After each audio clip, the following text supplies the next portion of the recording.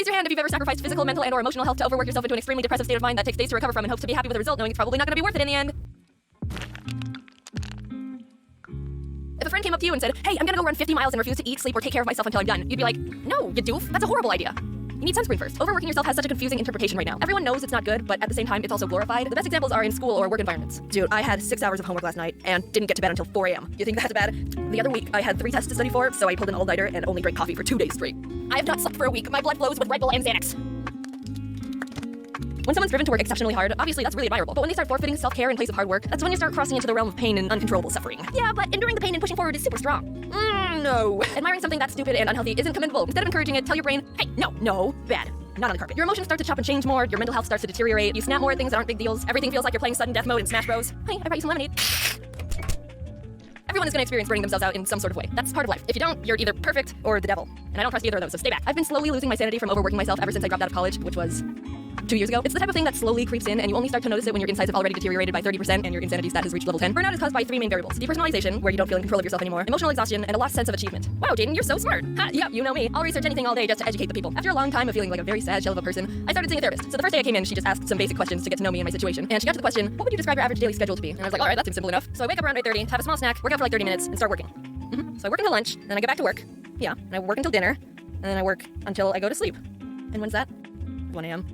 Yeah, I see the problem now. I was and still am struggling with the mindset of, if I'm not working, I'm being lazy. And the fact that I work for myself in my own home and am my own boss doesn't help at all. Taking a break to play games? But I could be working. Eating dinner? I could be working. Sleeping? But I could be working. Working? And I could be working harder. I'm not saying this just for you, but for myself. It's okay to take personal time for yourself. Don't work your life away. I'll take a break when I'm dead. Frick. Never got to come up with a funny tombstone. I asked a bunch of my friends about their experiences with overworking themselves, and they're all like, oh yeah, burnout is torture and can go freaking suck a jellyfish. Their stories consisted of not sleeping for hours or days on end in exchange for more time to work, denying themselves food or water until they finish something, breaking for a minute to go to the bathroom only to work, snapping at friends or family for no reason. It sucks because these aren't even uncommon experiences. It feels so good to be validated and admired for working hard, but there's a slippery slope there of accidentally forgetting to keep yourself alive and sane if you're not careful. What? Wait, I've got to study for final exams. No time. Go take a nap. 46% of Americans drop out of college anyway. I'm kidding. School is important. If you drop out, you don't get to use me as an excuse to your parents. But it's important not to die from burnout, or in general. Don't ever die. I also asked my friends if overworking themselves negatively impacted their relationship with the end product, and there were 2 different interpretations. Some of them said, holy frick, yes, I hate that thing now. Stressing and pushing themselves too much made them sloppy and make awful mistakes. They cut more corners and agreed the final product suffered because of the pressure they put on themselves. Another friend, with better hair, described it as being a sick, twisted reward for unhealthy behavior. Of course, they were able to finish the project, which they wanted, but the steps they took to complete it led to painful burnout and definitely was more emotionally damaging than if workflow was more evenly distributed. My scientific conclusion? You suffer either way. Here, have some tips to not be emotionally damaged for a week after overworking yourself. Don't do too much of the same thing without any sort of change whatsoever. You're not a mindless work zombie in a hamster ball. Doing the same thing over and over and over and over and over and over and over is a formula for absolute misery. Atrax, who helps with animating the videos, had a good analogy, so I'm gonna steal it. So say you like chocolate.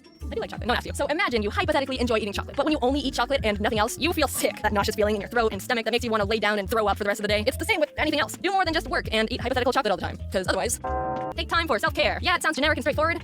So then do it, you dummy! Spend time with yourself. Do something that'll refuel your juice tanks. When you're running on empty, you gotta take time to fill the tank back up to full. Don't just try to avoid the inevitable by pouring a little cup of gas in and hoping that'll tie you over. Enjoy yourself! I'm not yelling at you. I'm yelling at me, because I still have a really hard time with that one. Take a shower. You've probably been working for 5 days straight. Take a break from social media. Sounds cliche, but it works. Spend time with friends, if you have any. Do some stretches or something that includes moving your body. Exercise equals dopamine, which means less depression. Yay! Stick to a healthy sleeping schedule. If you're a farmer, I am a farmer. No one asked you. You gotta tend to a variety of fields instead of hyper-focusing on the same one every day. Push yourself to always be trying something new, or focus on improving. It's easy to get stuck in the same grind of consistency. Everyone's a unique special snowflake, but eventually your brain is gonna start craving something different, and if it doesn't get anything new, it throws a tantrum. You get more excited about things you're going to learn and get better at. Spice everything up. If you're a lumberjack, I am a lumberjack. Well, you cut that out. You can't keep swinging your axe continuously at trees all the time. It'll start getting too dull and become difficult to keep going. You gotta take time to stop and sharpen your tools. Keep things balanced. You can create your best ideas when you're not stressed and overworked and sad and tired and feel like poop.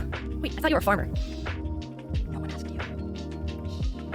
Hey ho, it's me again. Hope you liked the video, and as a pact to myself, I promise to not pull any all-nighters while making it. I'm not sure about any of the other members of the team. If they did, they're fired. Anyway, big update. I moved to LA. I always thought I would live in Arizona my whole life and die of a heat stroke, but so many opportunities opened up to me in LA, and I've got so many great friends there, and I'm so freaking excited. Moving was a pain, and that's what I've really been busy with, but I'm mostly settled now. LA still intimidates me because the people here can be a lot, but I'm doing my best. I'm excited about the future, I'm excited about the videos, I'm excited about some projects in the works. Also, school is starting up again. Sucks to suck, and I wish you the best of luck, soldier. Maybe you can be the 54% of Americans that doesn't drop out. Anyway, thanks for sticking around, and bye.